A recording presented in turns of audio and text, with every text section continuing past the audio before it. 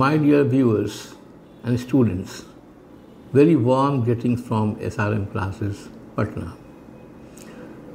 आज मैं origin and mechanism of Indian monsoon का जो दूसरा पार्ट है उस पर मैं आज फोकस करूंगा।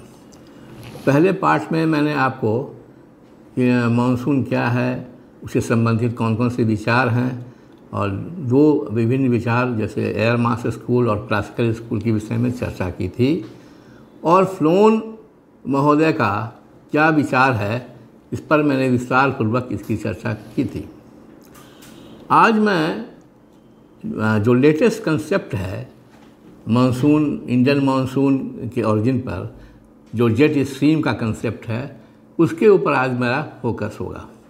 सबसे पहले हम लोग यह जानें कि जेट स्ट्रीम है क्या। जेट स्ट्रीम हम लोग किसे कहते हैं? यह एक प्रकार का अपर एयर सर्कुलेशन है जो हवा, आप जानते हैं एटमॉस्फेयर का जो ऊपरी भाग है, ऊपरी भाग में बहुत तेज़ गति से हवाएं चलती हैं बिना किसी बाधा के, और इसी को हम लोग जेट स्ट्रीम कहते हैं। सबसे पहले इसके बारे में जानकारी, बड़ा ही इंटरेस्टिंग इवेंट है। कैसे पता चला? जब द्वितीय विश्व युद्ध यानी सेकेंड वर्ल्ड वार की समाप्ति हो रही थी तो उस समय यूएसए के, यूनाइटेड स्टेट्स ऑफ अमेरिका के बॉम्बर्स, लड़ाकू विमान जो बॉम्ब को लेकर के अलास्का से उड़े और जापान के शहरों को वो बम्बार्ड करने जा रहे थे। लेकिन रास्ते में जब वो जापान की तरफ बढ़ रहे थे तो उन्हें बहुत तेज़ गति से चलने वाली हवा का सामना करना पड़ा, और वो उनको बहुत ही डिसअपॉइंटमेंट हुआ कि वो बम वर्षा नहीं कर सके जापान के शहरों के ऊपर, और उन्हें वो लौटना पड़ा, अपने बेसिस पर लौटना पड़ा। तब लोगों को एक दिलचस्पी होने लगी, लोगों को, सारे विद्वानों को, खास करके जो मौसम शास्त्री थे, मीटरोलॉजिस्ट थे, उनको यह लगा कि आखिर बात क्या है, कौन सी हवाएं हैं जो ऊपर में इतनी तेज़ हवा चलती है, जो हमारे बॉम्बर्स को उसने रोक दिया। तो इसी से यहीं पर जेट स्ट्रीम की उत्पत्ति हुई। अब हम लोग इसको समझ सकते हैं जेट स्ट्रीम क्या है, एक दूसरे ढंग से भी समझ सकते हैं। मान लीजिए दो स्थलखंड हैं।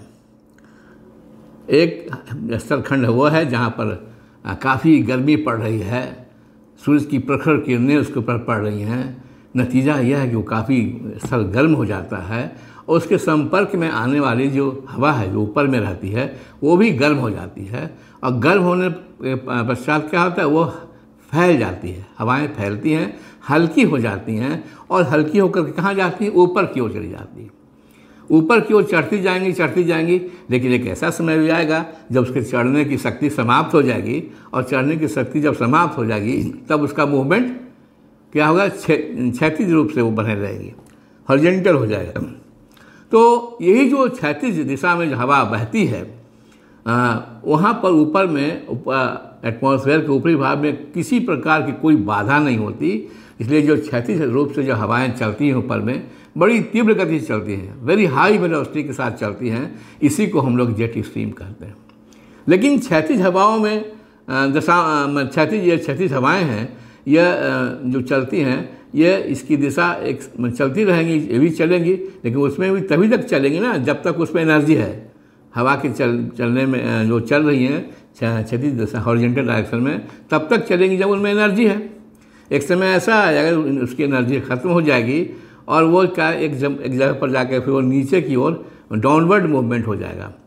वहाँ पर खास करके होता है जहाँ पर काफ़ी ठंडा सतह है, ठंडा सतह वाले ठंडे स्थलखंड के ऊपर वह डाउनवर्ड उसका मूवमेंट हो जाता है, मतलब सिंकिंग होता है, नीचे की ओर जाती है, और नीचे की ओर जा करके वह स्थलखंड के ऊपर क्या है, जब जमा हो जाती हैं और हाई प्रेशर का निर्माण करती हैं। तो इसी तरह से फिर हाई प्रेशर से फिर हवाएं सरफेस विंड के रूप में लो प्रेशर की ओर चलती हैं, फिर लो प्रेशर पर हवाएं फिर ऊपर जाती हैं, फिर ऊपर जाके क्षैतिज डायरेक्शन में हवा चलती है, फिर वो जाकर के फिर डाउनवर्ड मूवमेंट होता है, मतलब एक चक्र चलता है। हाई प्रेशर से लो प्रेशर, फिर लो प्रेशर से ऊपर जाता है, फिर हॉरिजॉन्टल डायरेक्शन होता है, फिर जाकर फिर एक समय के बाद वो नीचे आता है। तो एक साइकिल कह सकते हैं कि क्रिएटेड, साइकिल इज क्रिएटेड, मतलब ये चलता रहता है। तो इसी को जो ऊपर में हवाएं चलती हैं वो क्या, उसी को हम लोग जेट स्ट्रीम कहते हैं। अब हम लोग आते हैं कि जेट स्ट्रीम जो भारतवर्ष के ऊपर जो जेट स्ट्रीम है वो कितने प्रकार के जेट स्ट्रीम से भारतवर्ष प्रभावित होता है। भारतवर्ष जो है 2 प्रकार के जेट स्ट्रीम से प्रभावित होता है। एक है आपको सब ट्रॉपिकल वेस्टर्ली जेट स्ट्रीम जो मैंने पश्चिम की ओर से आती है, और दूसरा क्या है सब ट्रॉपिकल ईस्टर्ली जेट स्ट्रीम जो कि पूर्वी भाग से आती है। अब सबसे पहले हम लोग यह जानें कि सब ट्रॉपिकल वेस्टर्ली जेट स्ट्रीम क्या है। यह क्या है, ऊपर में बहती है, ये तो आप जानते हैं, हमने आपको बताया।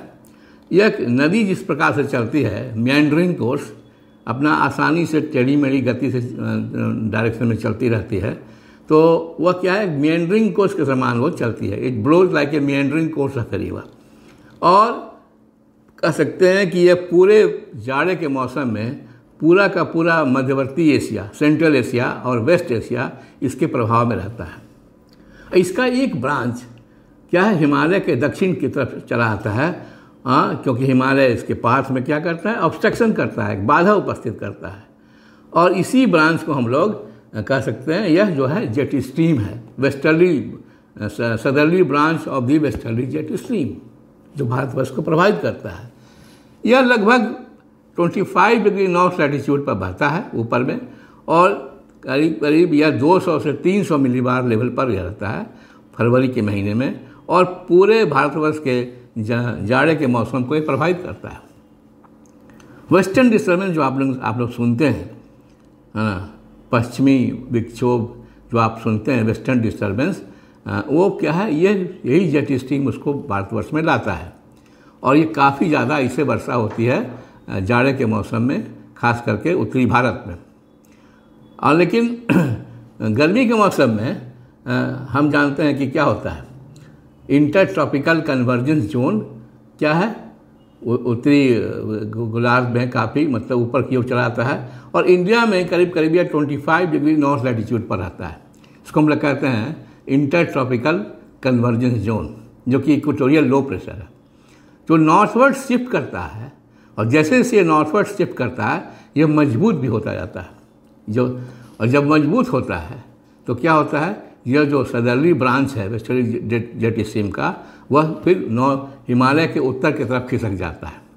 जो हिमालय के दक्षिण की तरफ यह बह रहा था, क्या होता है, हिमालय के उत्तर की ओर चला जाता है।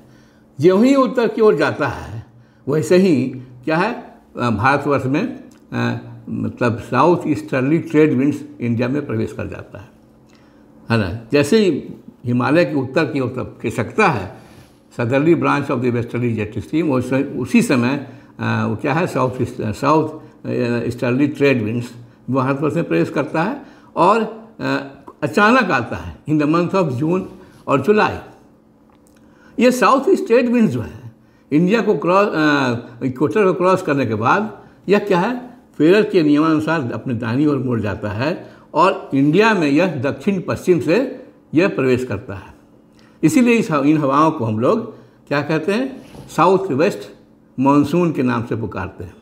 और जो अचानक आता है, सडन इंट्रेंस जो आता है, या साउथ वेस्ट मानसून का जो अचानक आना, इसको हम लोग कहते हैं बर्स्ट ऑफ मानसून।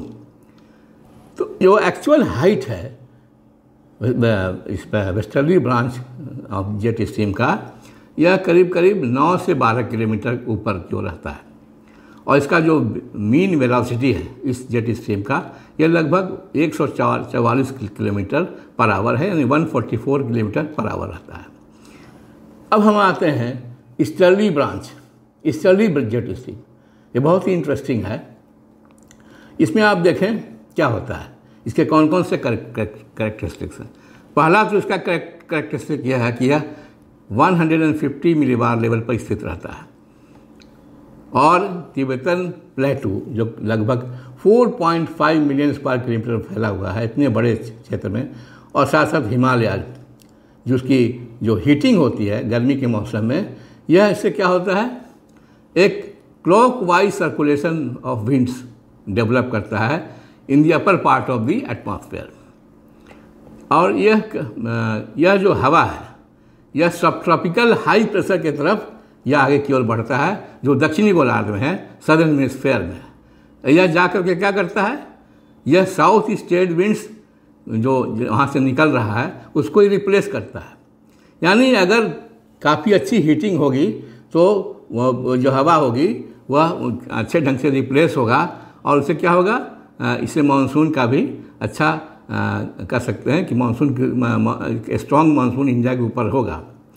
और ईस्टर्ली जेट स्ट्रीम जो है, एक इम्पॉर्टेंट बात और भी है कि यह पूरे बंगाल की खाड़ी के ऊपर जो मानसून डिप्रेशंस डेवलप करते हैं उनको यह क्या भारतवर्ष में प्रवेश कराता है। और यह जो डिप्रेशंस हैं भारतवर्ष में, यह मानसून के समय में, रेनी सीजन में, यह पैटर्न जो डिस्ट्रीब्यूशन ऑफ रेनफॉल का जो पैटर्न है उसको काफ़ी प्रभावित करते हैं।